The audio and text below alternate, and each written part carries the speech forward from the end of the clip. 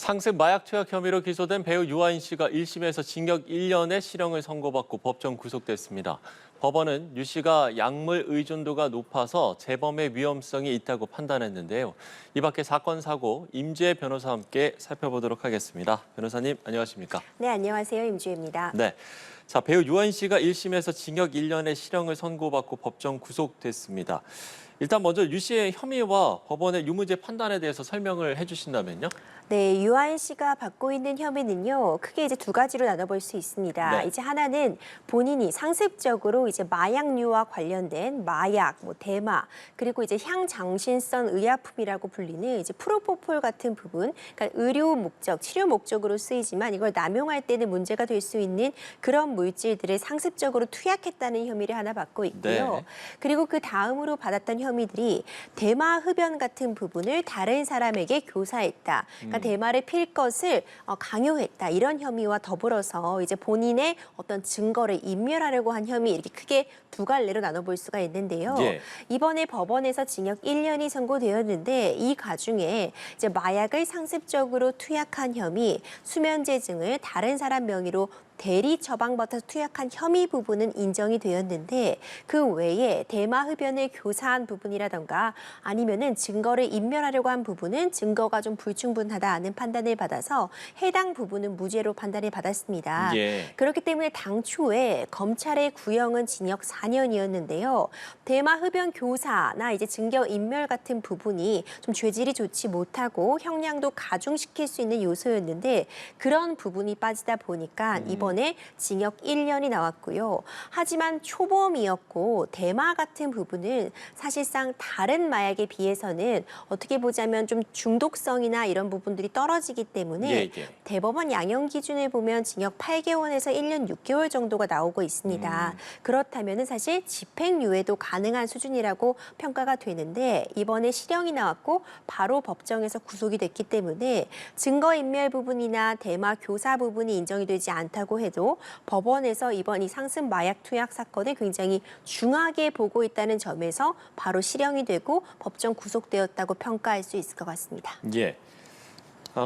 이제 말씀을 해주신 대로 혐의들 중에서 일부 이제 유죄 판결을 받으면서 실형을 선고받았는데 지인 최모 씨는 집행유예 2년을 선고받고 실형을 피했는데 글쎄요, 이 법원이 법정 구속 판단을 그럼 내린 배경은 그러니까 지금 그 최모 씨와 유 씨가 판단이 다르기 때문에 어떤 점에서 갈렸다라고 보면 되겠습니까? 그렇죠. 사실 이 지인, 함께 대마를 흡연한 것으로 알려진 그 지인에 대해서는 일단 징역 8개월의 집행유예 2년이 선고가 되었습니다. 네. 이제 이것도 사실 가볍게 볼 수는 없는 처벌이지만 유아인 씨 같은 경우에는 실형이 선고가 되고 1심 판단인데 바로 법정에서 구속이 되었잖아요. 예. 재판부에서 좀 보고 있는 그 지점이 죄질이 좋지 못하다는 부분이 좀 강조가 된 것 같습니다. 어떤 맥락이냐면요. 예. 유아인 씨 같은 경우에 좀 어떤 본인의 죄명을 부인한 측면이 있었어요. 그러니까 프로포폴 같은 부분에 대해서 어쨌든 의사의 처방하에 의료 목적으로 우울증이라던가 어떤 미용 시술을 받을 때 정당한 목적으로 사용되어 왔다. 이렇게 좀 얘기를 한 부분이 있었고요. 예. 그 밖에도 다른 혐의들, 증거인멸 교사 같은 부분 이번에 무죄를 받았지만 증거가 좀 불충분할 뿐이지 어느 정도 혐의점이 굉장히 높게 추정이 된다고 재판부도 보고는 있었어요. 근데 이와 관련해서 바로 이제 시약 검사를 통해서 확인되었던 그런 마약 투약 혐의 외에는 기본적으로 유아인 씨가 범행을 좀 부인하는 그런 모습을 보여줬거든요. 그런 부분들이 좀 죄질이 좋지 못하다고 판단을 받은 것 같고 그리고 이제 유아인 씨가 받고 있는 혐의 중에서 다른 사람 명의로 이제 수면제 등을 대리 처방받아서 본인이 복용한 그런 부분들이 문제가 되고 있는데 예. 그 양이 상당합니다.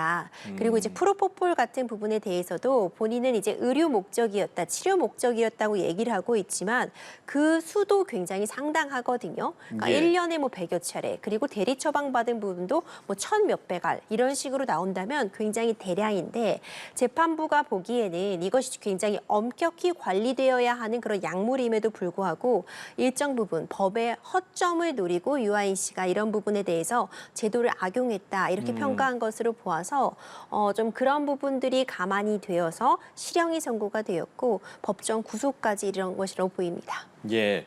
그런가 하면 이제 재판부는 유 씨의 도주를 우려한 부분도 있는데 뭐 과거로 돌아갔을 때 사실 경찰과 검찰이 한 차례씩 유 씨의 이제 구속영장을 청구했습니다만 이제 이 부분이 이제 기각된 바도 있었고 그리고 사회적으로 알려진 인물이기 때문에 글쎄요, 이 도주를 우려한 이 배경은 어떤 걸까? 이 부분도 궁금한데요.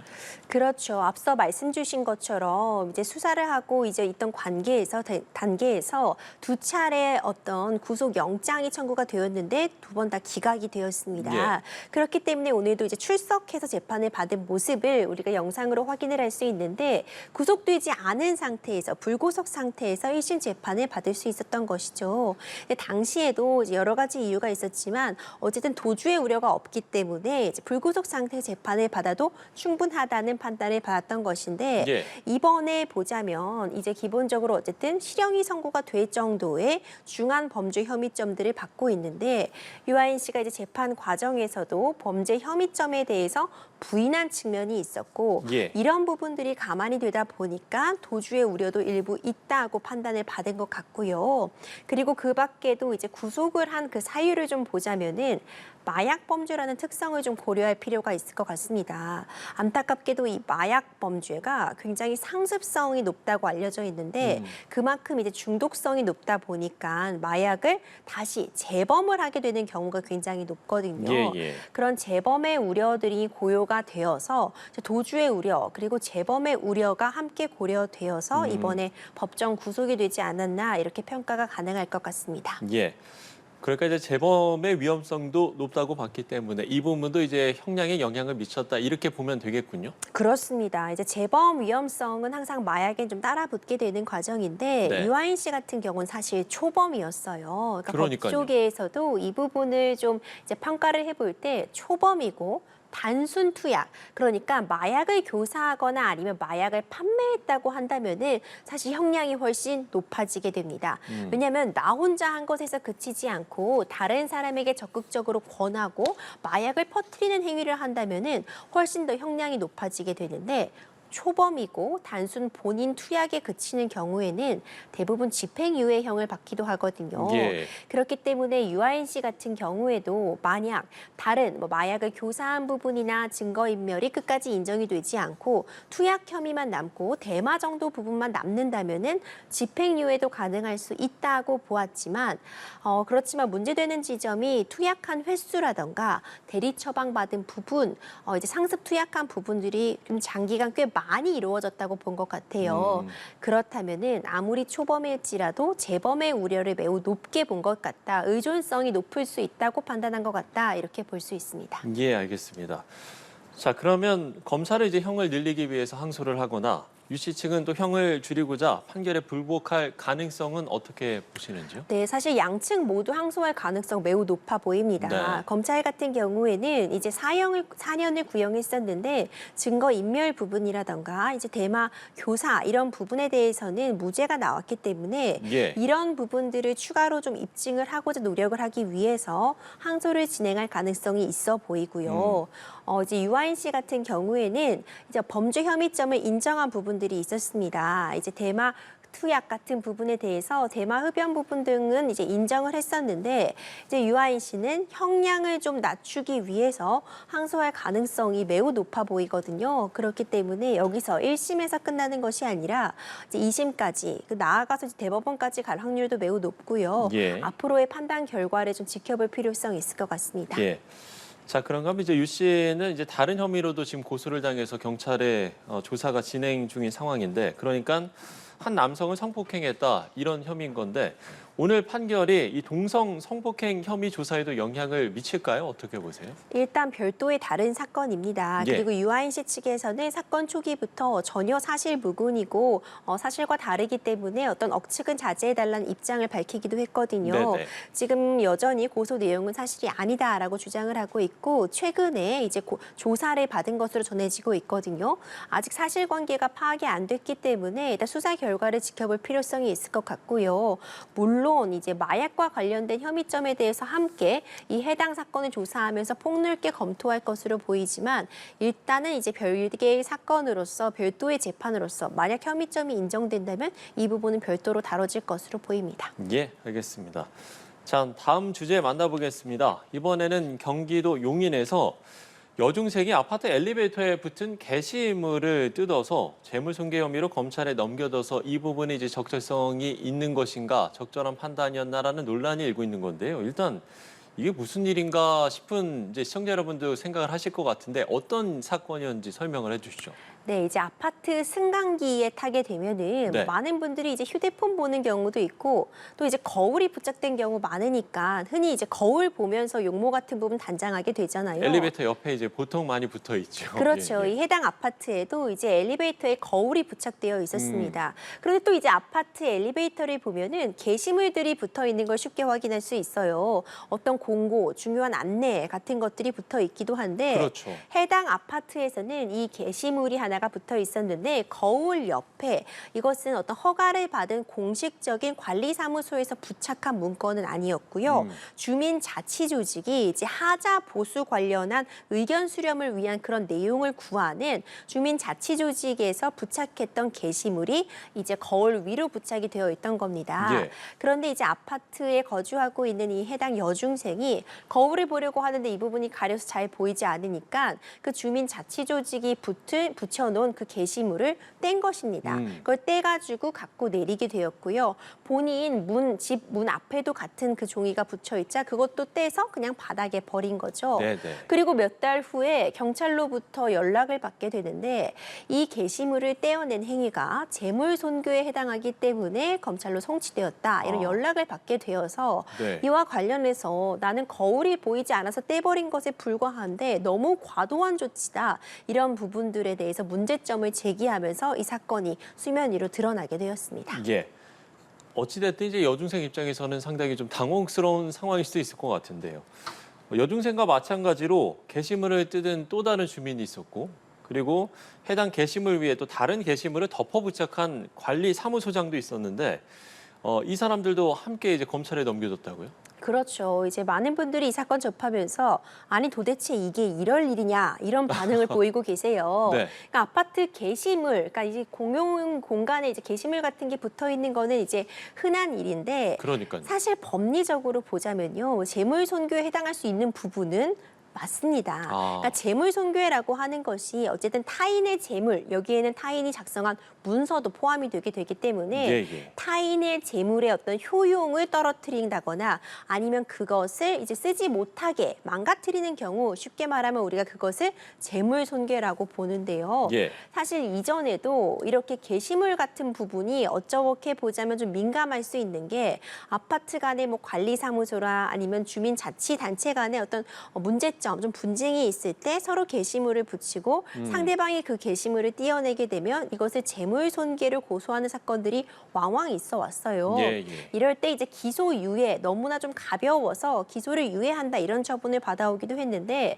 이번 사안의 경우에도 도대체 왜 이 여중생을 그렇다면은 재물손괴 혐의가 인정된다고 보고 송치했느냐 하는 답변에 대해서 경찰 측에서는 2022년도 평택지원 공동주택관리법 판례를 참고했다고 밝히고 있는데 이제 해당 판례를 보면은 일단 게시물의 관리 주체는 이제 관리사무소와 같은 관리 주체의 업무이기 때문에 관리 주체가 관리를 하게 되는데 이 게시물은 앞서 말씀드린 것처럼 허가를 받아서 관리사무소 측에서 작성한 그런 게시물이 아니라 그렇죠. 주민자치단체가 작성한 그런 게시물이라 이와 같은 경우에는 부착한 주체, 해당 자치단체의 철거를 요구하거나 철거를 하지 않으면은 이제 강제 집행을 위해서 민사소송을 제기해야 된다는 그런 판례가 마련이 되어 있었어요. 근데 이거를 그냥 그대로 문헌 그대로 적용을 해서 가져온 것에 불과하다고 보이거든요. 네네. 그러니까 이 경찰 측이 재물손괴로 인정을 한 부분이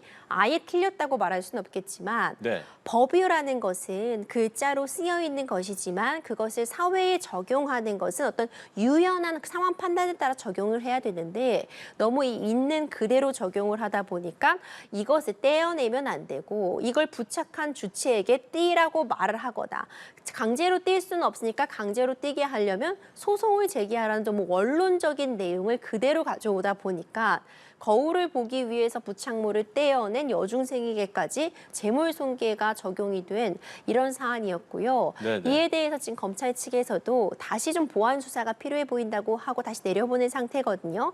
아마 좀 이런 부분에 대해서 유연하게 적용을 한다면 좀 달리 판단할 여지가 있지 않을까 싶습니다. 예.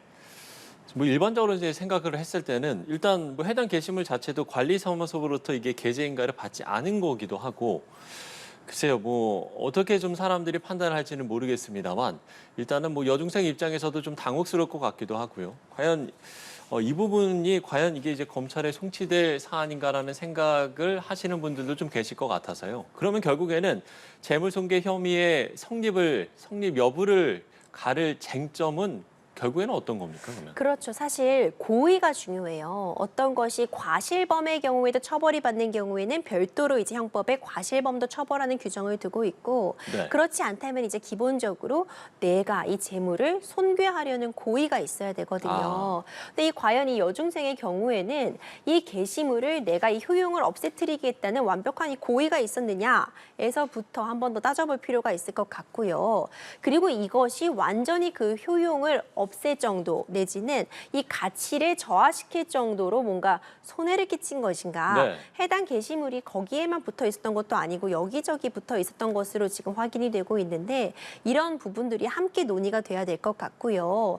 좀 유연한 적용이라는 말을 다시 한번 하게 되는데 법을 있는 그대로 적용하면은 이렇게 얼핏 보기에 좀 불합리한 결과 이게 이럴 일인가 하는 결과가 나올 수 있거든요. 경우에 따라서 뭐 기소유예가 된다거나 하더라도 이 여중생 입장에서는 정말 극도의 불안감과 스트레스를 받을 일이라고 생각이 되거든요. 예, 예. 그렇기 때문에 이제 이런 부분에 대해서는 다시 보완 수사를 통해서 좀 살펴볼 필요가 분명히 있어 보입니다. 예, 알겠습니다. 자, 오늘 두 가지 이슈 만나봤습니다. 임주혜 변호사와 이야기 나눠봤습니다. 변호사님 오늘 말씀 고맙습니다.